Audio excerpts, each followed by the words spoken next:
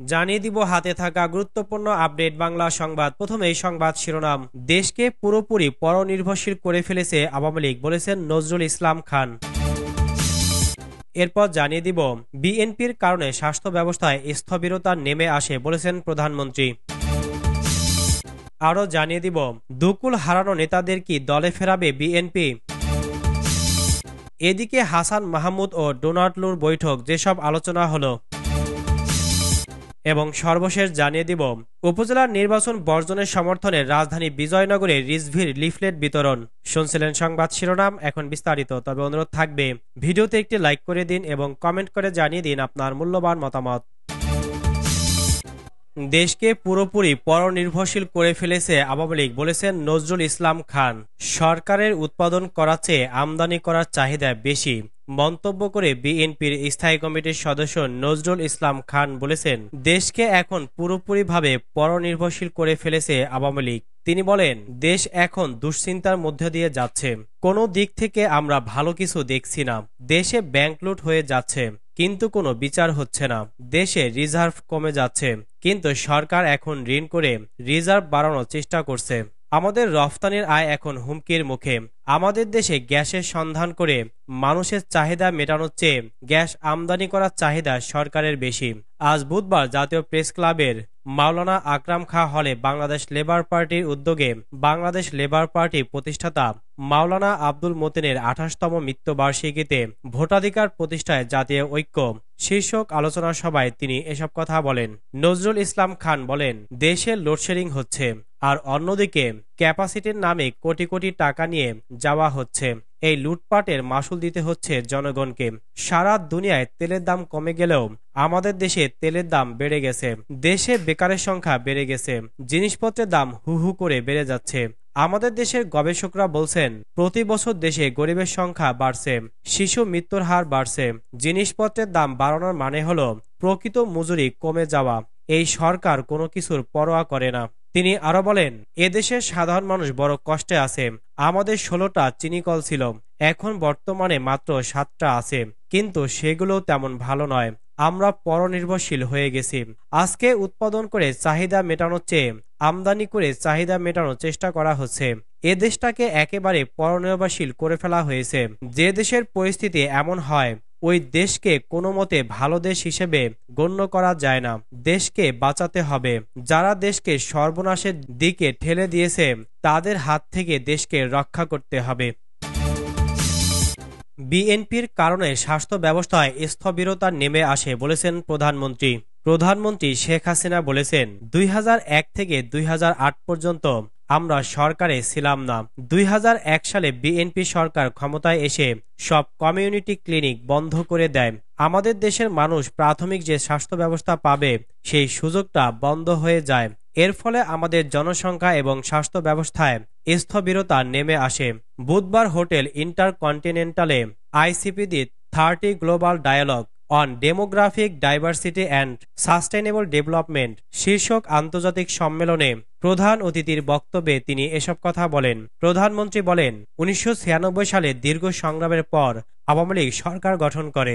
আমরা দায়িত্ব নেওয়ার পর জাতির পিতার নেওয়া পদক্ষেপ অনুসরণ করে সকলের জন্য প্রাথমিক স্বাস্থ্য সেবা নিশ্চিত করতে নতুন জাতীয় স্বাস্থ্যনীতি প্রণয়ন করি।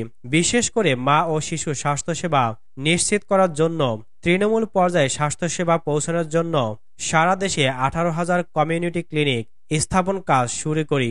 সেই সময় জাতীয় পুষ্টি কর্মসূচি গ্রহণ করি। নারী উন্নয়ন ও ক্ষমতায়নে আমরা বিশেষ উদ্যোগ গ্রহণ করি। নারী শিক্ষা বিস্তার এবং অর্থনৈতিক কর্মকাণ্ডে তাদের অংশগ্রহণ করার ক্ষেত্রে ছিল আমাদের আন্তরিক প্রয়াস। তিনি আরো বলেন, জাতির পিতার নির্দেশে ৭৩ থেকে ৭৮ সাল পর্যন্ত প্রথম পঞ্চবার্ষিকী পরিকল্পনায় জনস্বাস্থ্য ব্যবস্থাপনার উপর সর্বোচ্চ গুরুত্ব আরোপ করা হয়। তিনি একটি উচ্চ ক্ষমতা সম্পন্ন ন্যাশনাল কাউন্সিল কমিশন গঠন করেন। জাতির পিতাকে হত্যা করার পরে এদেশে অগণতান্ত্রিক সরকার ক্ষমতায় আসে। এরপর সমস্ত অর্জনগুলো একে একে নষ্ট করে দেওয়া হয়। তিনি বলেন, ২০০৯ সালে জনগণের বিপুল ভোটে নির্বাচিত হয়ে পুনরায় সরকার পরিচালনার দায়িত্বে আসার পর আমরা আইসিপিডি প্রোগ্রাম অব অ্যাকশনের ১৫টি মূলনীতি বাস্তবায়নে জাতীয় জনসংখ্যা নীতি ২০১২ প্রণয়ন করি। মাতৃমৃত্যু ও নবজাতক মৃত্যুহার হ্রাস, মা ও নবজাতকের স্বাস্থ্যসেবা, শিশু ও কিশোর-কিশোরী প্রজনন স্বাস্থ্য, পুষ্টি ও পরিবার পরিকল্পনা সেবা প্রদানে ব্যাপক কর্মসূচি গ্রহণ করি। দেশের প্রত্যন্ত অঞ্চলে স্বাস্থ্যসেবা পৌঁছে দেওয়ার লক্ষ্যে বন্ধ হয়ে যাওয়া কমিউনিটি ক্লিনিক প্রকল্প আবারও চালু করি। বর্তমানে সারা দেশে 14,500-এরও বেশি কমিউনিটি ক্লিনিক চালু আছে। এগুলোর মাধ্যমে মাতৃ ও শিশু স্বাস্থ্যসেবা সহ 30টি অতি প্রয়োজনীয় ওষুধ বিনামূল্যে প্রদান করা হচ্ছে। এর মধ্যে প্রায় 3,000 ক্লিনিকে স্কিল্ড বার্থ অ্যাটেন্ডেন্স সেবা প্রদান করা হচ্ছে। দুকুল হারানো নেতাদের কি দলে ফেরাবে বিএনপি? বর্তমান আওয়ামী লীগ সরকারের অধীনে কোনো নির্বাচনে না যাওয়ার সিদ্ধান্তে অটল বিএনপি। সবশেষ দ্বাদশ জাতীয় সংসদ নির্বাচনে অংশ নেয়নি দলটি। এমনকি সিটি কর্পোরেশন ও উপজেলার মতো স্থানীয় সরকার নির্বাচনেও ভোট বিমুখ। যদিও দলের সিদ্ধান্ত উপেক্ষা করে সদ্য অনুষ্ঠিত প্রথম ধাপের ৬ষ্ঠ উপজেলা পরিষদ নির্বাচনে অংশ নেন বিএনপির অনেক নেতা। এ কারণে ১৪৪ নেতাকে বহিষ্কার করেছে দলটি। বহিষ্কৃত এসব নেতা ৭ জন নির্বাচনে বিজয়ী হলেও অধিকাংশই দুকুল হারিয়েছেন। একদিকে দল থেকে বহিষ্কৃত হয়েছেন, অন্যদিকে জনপ্রতিনিধি হওয়ার স্বপ্ন ভেস্তে গেছে। এ অবস্থায় এসব নেতার দীর্ঘ রাজনৈতিক ক্যারিয়ার এখন প্রশ্নবিদ্ধ। তবে দলের কেউ কেউ এসব নেতাকে আজীবনের জন্য বহিষ্কারের কথা বললেও ফের দলে ফেরার প্রত্যাশা করছেন বহিষ্কৃতরা। তাদের অনেকে আশা করছেন উপজেলা নির্বাচন শেষ হলে বহিষ্কারের সিদ্ধান্ত বিবেচনা করবে দল। হাসান মাহমুদ ও ডোনাল্ডোর বৈঠক, যেসব আলোচনা হলো। পররাষ্ট্রমন্ত্রী ডক্টর হাসান মাহমুদ বলেছেন, বাংলাদেশের সঙ্গে সম্পর্ক উন্নয়নের লক্ষ্যেই ঢাকায় এসেছেন যুক্তরাষ্ট্রের দক্ষিণ ও মধ্য এশিয়া বিষয়ক সহকারী পররাষ্ট্রমন্ত্রী ডোনাল্ড লু। বুধবার বিকালে ডোনাল্ড লুর সঙ্গে বৈঠক শেষে এসব কথা বলেন পররাষ্ট্রমন্ত্রী। এদিন সোয়া ৩টায় পররাষ্ট্র মন্ত্রণালয়ে আসেন লু। এরপর বিকাল 3:30টায় বৈঠক শুরু হয়। বৈঠক শেষে সাংবাদিকদের সঙ্গে কথা বলেন হাসান মাহমুদ। তিনি বলেন, বৈঠকে ভিসা নীতি নিয়ে কোনো আলোচনা হয়নি। র্যাবের নিষেধাজ্ঞা নিয়ে আলোচনা হয়েছে, তবে এটি দীর্ঘ প্রক্রিয়ার বিষয় বলে মন্তব্য করেন পররাষ্ট্রমন্ত্রী। পররাষ্ট্রমন্ত্রী হাসান বলেন, জিএসপি সুবিধা ফিরিয়ে দিতে চায় যুক্তরাষ্ট্র, তবে শ্রমনীতি সংশোধন করার আহ্বান জানিয়েছেন ডোনাল্ড লু।